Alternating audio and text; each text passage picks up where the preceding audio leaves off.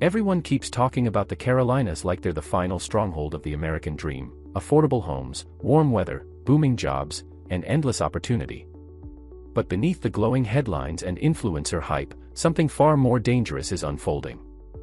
Families who rushed in during the pandemic boom are now facing rising inventory, collapsing demand, price cuts no one wants to admit, and neighborhoods slowing to a crawl. Today, we're taking a hard-hitting road trip through North and South Carolina to expose the 10 cities where the housing market is flashing red, before more buyers get trapped in a financial disaster they never saw coming. For years, the Carolinas have been marketed as the last safe haven in America's housing storm, a place where middle-class families could still afford a home, still chase opportunity, still outrun the financial pressures swallowing states like California, New York, and Illinois. The narrative was irresistible: low taxes, booming job growth, friendly communities, and houses priced far below the national average. But as migration surged, builders ramped up production at breakneck speeds and investors poured in like it was the next Sunbelt gold rush, the illusion of stability quietly began to crack. What looked like healthy expansion was actually an inflated ecosystem running on stimulus money, dirt-cheap interest rates, and a temporary population spike during the pandemic escape wave. Now that rates sit above 7%, wages have failed to keep up with inflated prices, and investor appetite has cooled dramatically. The Carolina dream is buckling under real pressure. Across both states, the same troubling pattern appears: price cuts accelerating month after month, homes sitting longer with rising days on market, builders slashing contracts and offering incentives they would have laughed at 3 years ago, and investors desperately trying to unwind portfolios that no longer cash flow.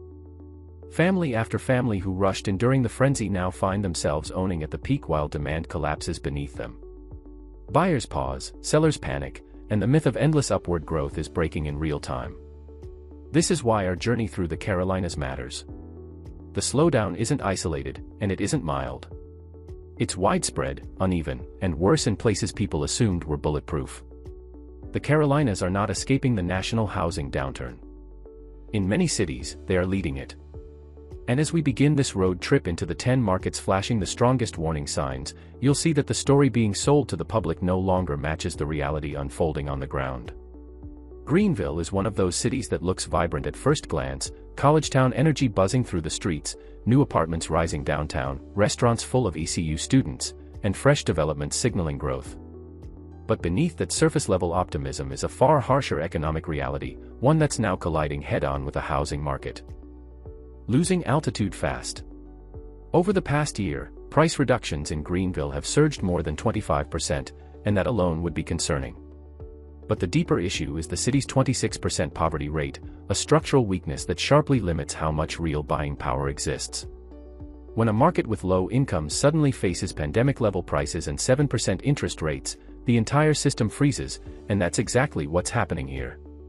Homes that flew off the market in 2021 now sit for weeks, then months, as absorption rates collapse and sellers quietly lower their expectations.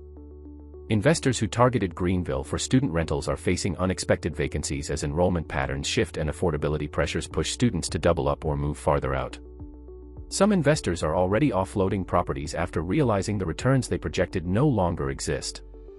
Meanwhile, local families hoping to buy are squeezed between inflated prices and stagnant wages, creating a scenario where nearly everyone is stuck. Sellers can't sell at their asking price, buyers can't justify paying it, and inventory begins to pile up in slow, painful waves. This contradiction between Greenville's youthful energy and its underlying economic fragility makes it one of the most dangerous markets in the Carolinas right now. The glossy college town identity hides the fact that the city simply does not have the wage strength to sustain pandemic-era valuations. Anyone buying here today is stepping into a market where the fundamentals have already broken and momentum has turned decisively downward. And unless income levels rise dramatically, which is unlikely, Greenville risks becoming a place where new buyers accidentally catch a falling knife and learn too late that demand was never strong enough to support the prices being asked. Spartanburg was supposed to be the South Carolina success story, a booming manufacturing corridor, an affordable alternative to Greenville, and a magnet for both first-time buyers and out-of-state migrants. For a few years, that future looked guaranteed. Builders rushed in with an unprecedented construction wave, confident that demand would keep climbing no matter how high prices went. But that assumption has unraveled with startling speed. leaving Spartanburg as one of the clearest examples of how a market can turn from red-hot to ice-cold almost overnight. The most visible indicator is the 40% spike in active listings, a number that has overwhelmed a shrinking buyer pool and created the kind of inventory pileup this region hasn't seen in over a decade. Builders are now offering every incentive imaginable: rate buydowns, appliance packages, closing cost coverage, and sometimes outright price cuts, just to keep contracts from falling apart. Beneath the marketing gloss, the desperation is obvious. At the same time, affordability has collapsed for locals. Wages have not kept pace with construction-driven price inflation, and with mortgage rates stuck near 7%, the same homes that were accessible in 2020 or 2021 now sit hopelessly out of reach. Buyers have stepped back. Cancellations have surged, and foreclosures are quietly rising as households stretched to their limits during the boom begin to crack under higher payments and slowing economic conditions. This combination of oversupply and weakened demand has created a perfect pressure chamber, pushing days on market upward and forcing even stubborn sellers to admit the frenzy is over. Spartanburg illustrates what happens when aggressive construction meets an affordability wall. A city that once couldn't build fast enough is now drowning in inventory it can't move. The snap didn't happen gradually, it happened all at once, and the aftershocks are still spreading. Fayetteville has always operated on a different rhythm than typical American housing markets. Its constant inflow and outflow of service members creates a perpetual churn that usually keeps sales brisk, rentals filled, and prices stable even during national downturns. But that pattern has broken in startling fashion. The backbone of the local market, military families using VA loans, has come under acute pressure from rising delinquencies, stalled appreciation, and the harsh math of 7% mortgage rates. Basic allowance for housing simply no longer stretches far enough to cover post-pandemic price spikes, leaving many families unable to buy and others straining to hold onto homes purchased during the near-zero-rate era.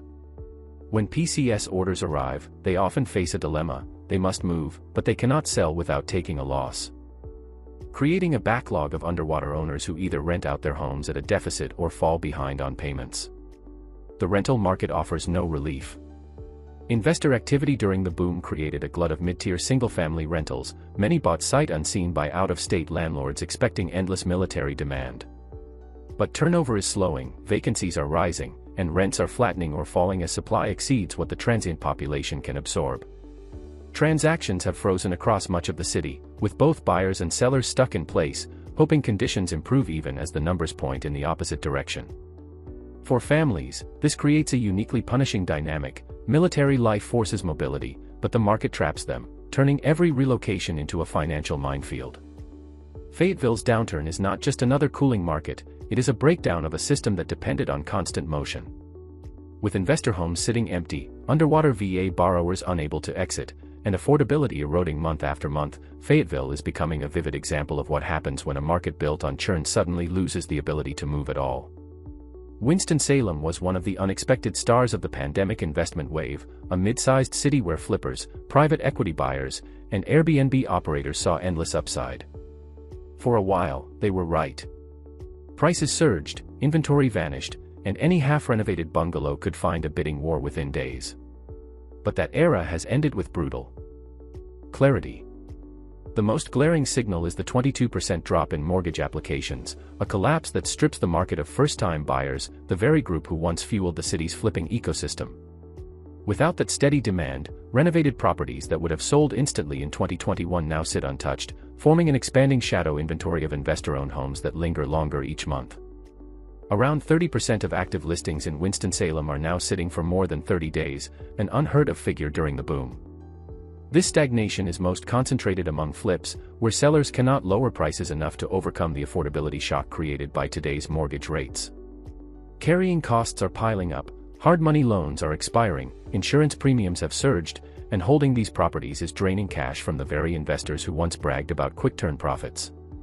Many are discovering that the numbers no longer pencil out, especially when buyers have become far more selective and cautious. Affordability has fallen to its lowest level in over a decade, wiping out the pool of young households who could once stretch to buy a polished starter home.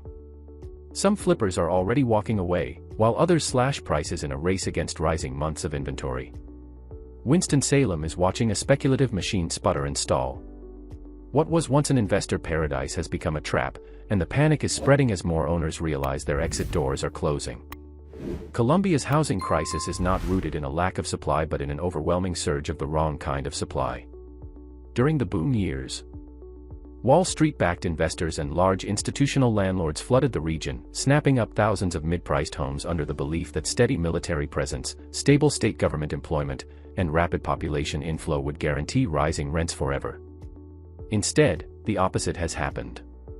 Inventory for sale has spiked 35%, a sign that both small landlords and large funds are trying to unload properties before prices slide further.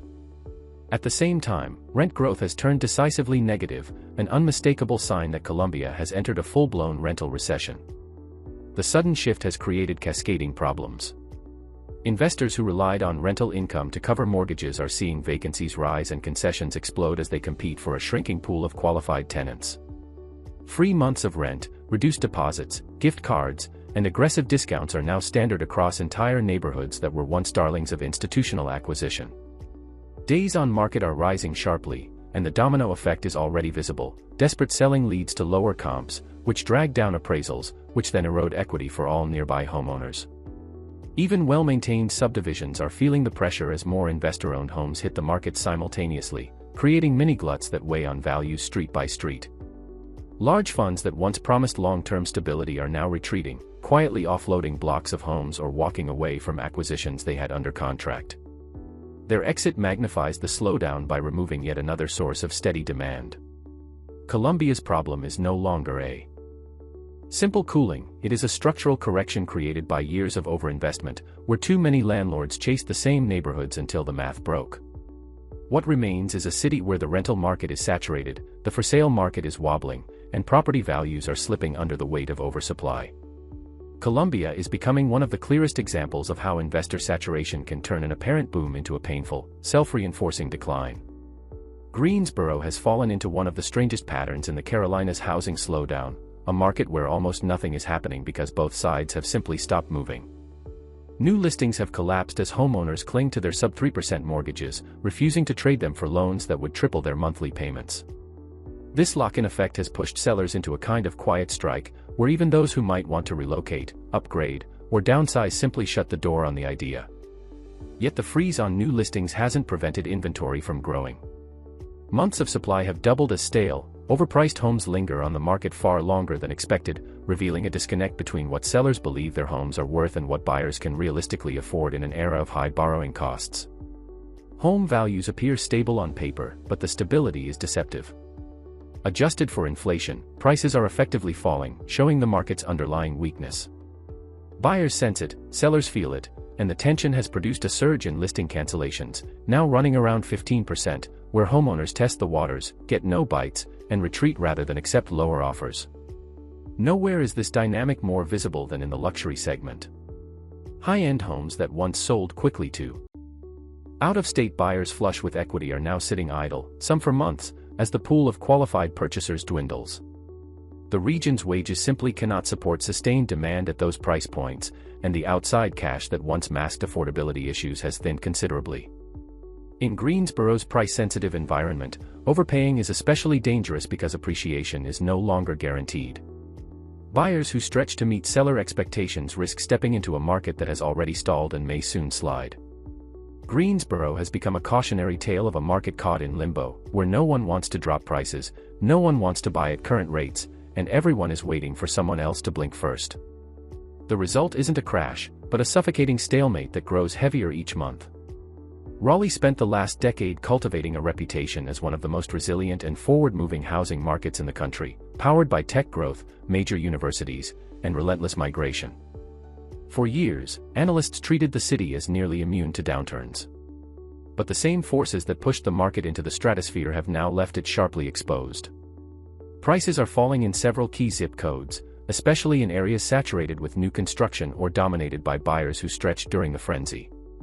Affordability has collapsed to its worst level in modern history, with a median home price hovering around $450,000, far beyond what local wages can justify.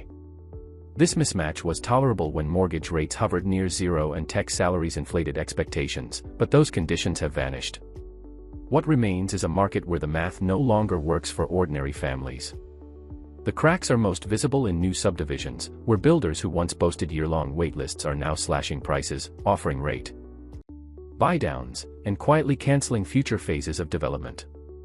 Massive new construction inventory sits unfinished or unsold, weighing down surrounding neighborhoods and forcing competing sellers to cut deep just to attract traffic. The tech boom, which once provided endless demand, has cooled as companies freeze hiring, shift to remote work, or pull back from expansion plans. With fewer high-income buyers chasing homes, the inflated valuations of the boom years have begun to unwind. Raleigh's hype protected it for longer than most cities, but it also amplified the bubble. Investors, flippers, and transplants from pricier metros all helped push prices far beyond sustainable levels. Now, as borrowing costs remain high and buyer fatigue grows, the market is entering what looks like a multi-year correction, not a brief pause, but a structural recalibration. Raleigh is no longer the bulletproof darling of the Southeast. It is a reminder that even the strongest narrative cannot defy economic gravity forever. Charlotte has long been the crown jewel of the Carolinas' housing boom, the banking hub, the economic powerhouse, and the undisputed destination of institutional capital. For nearly a decade, Wall Street-backed firms treated the city as their personal sandbox, buying thousands of single-family homes, sometimes entire subdivisions at a time. Their presence reshaped the market, inflating prices far beyond what local incomes could sustain, and leaving first-time buyers bidding against algorithms, cash bundles, and corporate strategies designed to outmuscle ordinary households. For years, this strategy looked unstoppable, but the machine is now sputtering. Rising vacancies are appearing across the very neighborhoods that investors once treated as guaranteed profit centers. Rents, which climbed relentlessly during the boom, have flattened and in some pockets begun to slip. As returns shrink, the same funds that aggressively bought during the frenzy are quietly cutting prices and allowing discounts they never would have considered in 2021 or 2022. The broader slowdown in relocations has exposed how dependent Charlotte was on external demand.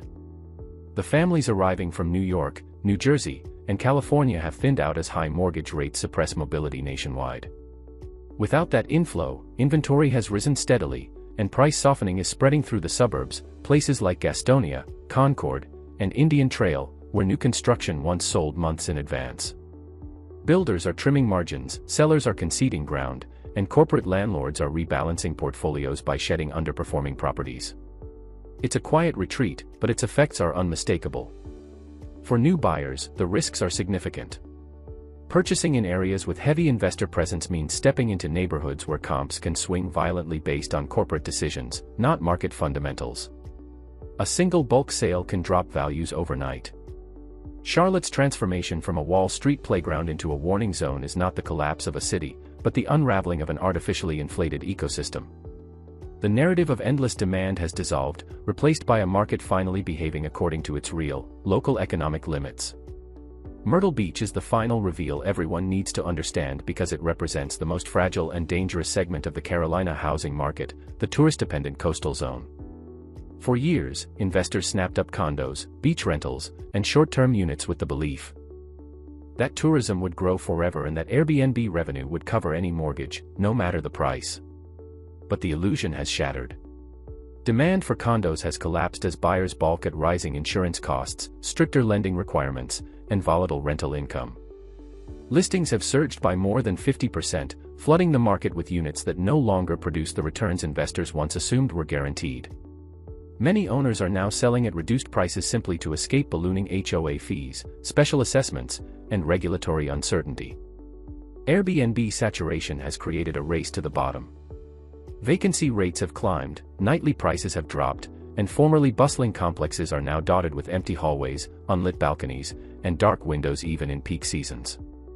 Locals report buildings that feel half abandoned, with maintenance deferred and association budgets strained by too many units sitting vacant or owned by absentee landlords who are no longer paying dues on time. Investor sell-offs have begun in earnest, and they are dragging the market down with them, one price cut at a time. The myth of effortless beachfront profit has given way to a harsh reality of oversupply, falling revenue, and rising costs.